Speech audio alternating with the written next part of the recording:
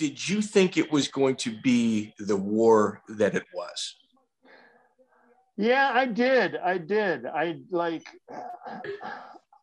knew like my best way to win was to make it that way. I knew that like he prided himself in his conditioning, and he usually came around the later rounds, and so did I. So I thought the best way to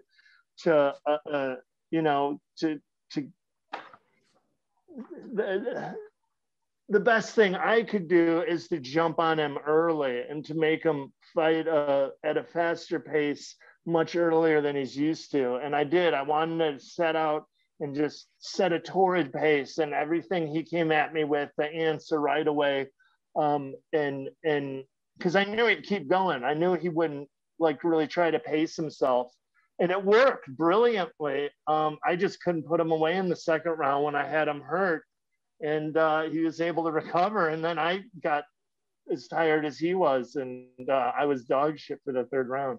But yeah, I knew that was my plan, is to make it a barn burner, to just his make plan, it like a really fast paced fight. Okay, so when you look at, and you remember, I've seen you fight live several times up until this point, you are at your best when you're leading and you're chasing and you're stalking. You know, like that's, in my opinion, is where you're at your best in a fight. And Forrest did something like, part of his game plan was taking that center cage and making you try to fight him off of that of the center of the ring. And largely in part, like that little movement seemed to work for him. Would you agree with that? I don't know. I felt like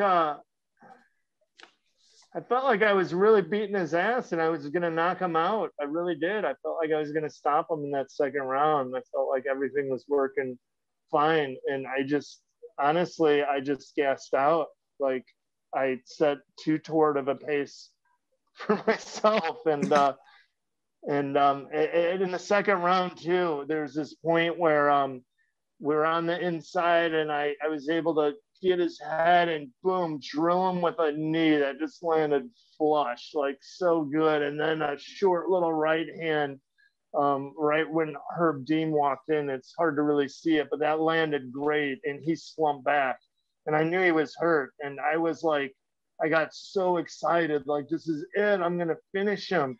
And I went in, kind of jumped in with a Superman punch that just grazed him. And when I did, I fell into him, and he was able to tie my arms up. And once he tied my arms up, like, I was like, oh my God, I'm gonna knock him out. I gotta get my arms loose. So I used all my energy to pull my arms loose. And then once I got them loose, like, that was it. I was done. Like, I couldn't lift my arms. Like, it just hit me, like total exhaustion, total adrenaline dump. And really that third round, I was just going on fumes. I had nothing left. So, yeah, it may have been working well for him, but like, I almost had him out of there. Like, I had him hurt. And I just knew it like that. I was just able to land maybe one more good one. Like, that would have been it. But I didn't land that big one when I had him hurt. Check out the full interview on iTunes, Spotify, and all major podcast platforms.